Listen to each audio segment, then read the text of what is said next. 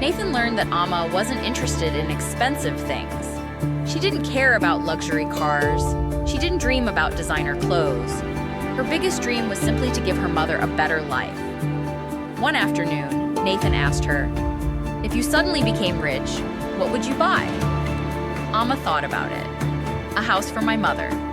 "What about yourself?" She smiled. "Maybe a small garden." Nathan laughed. "That's it?" Amma nodded. "I don't need much to be happy." Nathan looked at her quietly. For the first time in his life, he began wondering if he had finally found someone different. But Nathan wanted proof. One afternoon, he told Amma that he was having financial problems. "My rent is due," he said. Amma looked worried. "How much do you need?" $300. Amma reached into her bag. She pulled out an envelope. Nathan immediately stopped her. "No, I can help you. You need that money. I'll find another way." Nathan stared at her. "You barely earn enough yourself."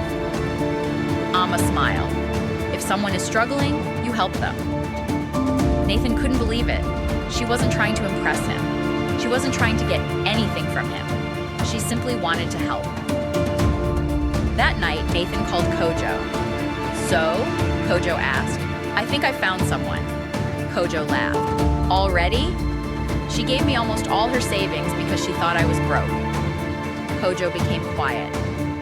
"Are you falling in love?" Nathan smiled. "I think I am." But there was still one final test Nathan wanted to make. Months passed. Nathan and Amma became inseparable. They walked through the city together. They talked for hours.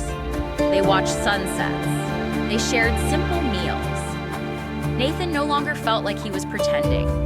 He genuinely loved her. One evening, while they were sitting together, Amma looked at him. "Nathan, what do you want from life?" Nathan thought about it. "I want someone who stays when everything disappears." Amma smiled. "I would." Nathan looked at her. "You don't know what the future holds." "I know." "What if you never become rich?" Amma laughed. "Then we'll remain poor together." Nathan smiled. Her answer touched him deeply. But his secret couldn't remain hidden forever. His businesses needed him. His board members wanted him back.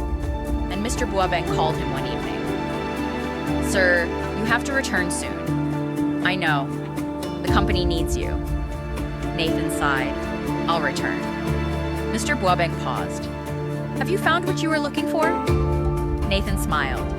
"Yes." "Does she know who you are?" "No." Mr. Boabeng became silent. "Then you should tell her before someone else does." Nathan knew he was right. But before revealing everything, he decided to perform one final test. He asked Mr. Boabeng to arrange a meeting with Amma. Mr. Boabeng came to Bellmont dressed as a wealthy businessman. He invited Amma to a luxury hotel. Amma looked confused. "Why did you ask me to come here?" Mr. Boabeng smiled. "I represent a very wealthy man." Amma became uncomfortable. "He is looking for a wife."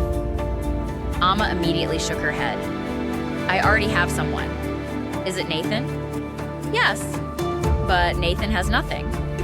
"That doesn't matter." Mr. Boabeng placed an envelope on the table.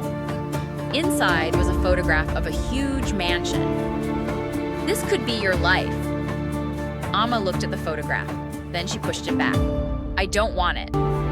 "You could have everything." "I already have what I want." "What if Nathan remains poor forever?" Amma smiled. "Then we'll build our lives together." Mr. Boabeng finally smiled. He knew Nathan had made the right choice.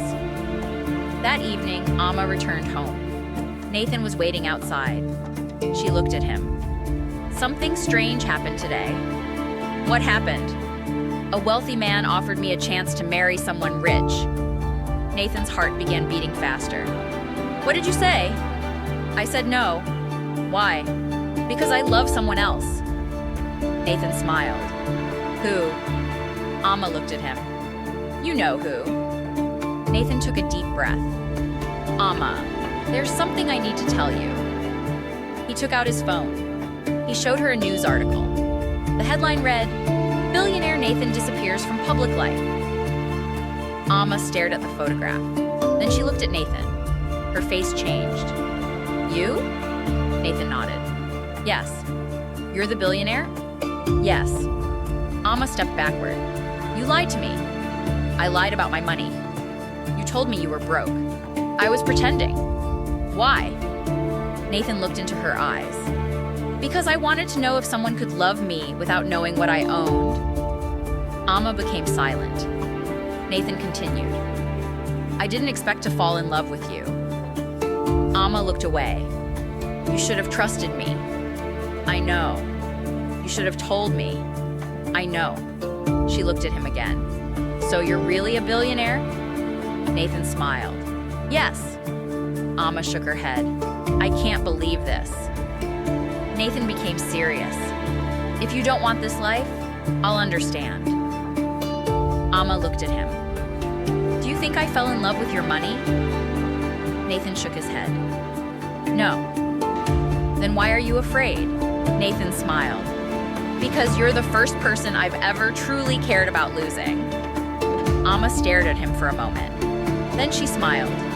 "You are a terrible liar." Nathan laughed. "I know.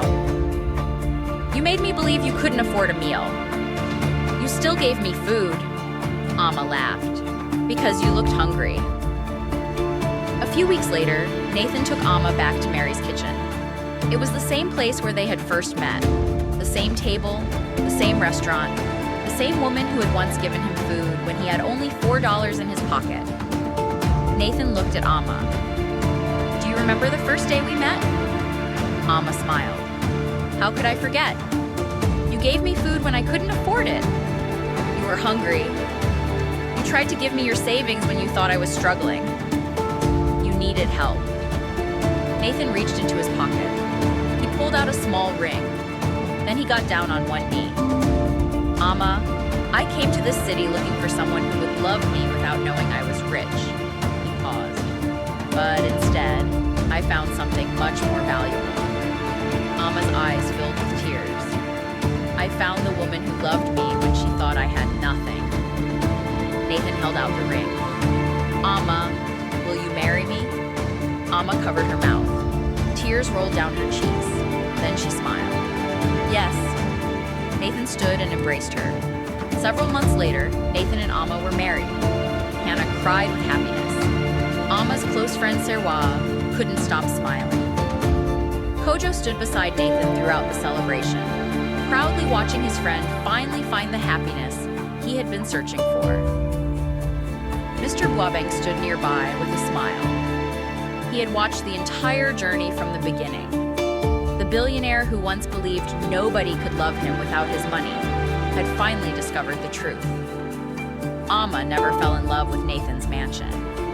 She never fell in love with his cars. She never fell in love with his companies. She fell in love with the man she believed had nothing. Years later, Nathan would say that the greatest investment he had ever made was not one of his companies. It wasn't a hotel. It wasn't a piece of land. It was the decision to leave his wealth behind and discover who truly loved him. Because sometimes when you have everything, you don't know who loves you. But when you have nothing, the people who stay are the ones worth keeping. Nathan had billions of dollars. But the day Amma said yes, he realized something. He had finally found something money could never buy: true love. And from that day forward, Nathan knew one thing for certain. True love doesn't ask what you own. It asks who you are. If you enjoyed this story, hit the like button, subscribe, and comment below. Your support helps us bring you more powerful stories filled with love, lessons, and surprise.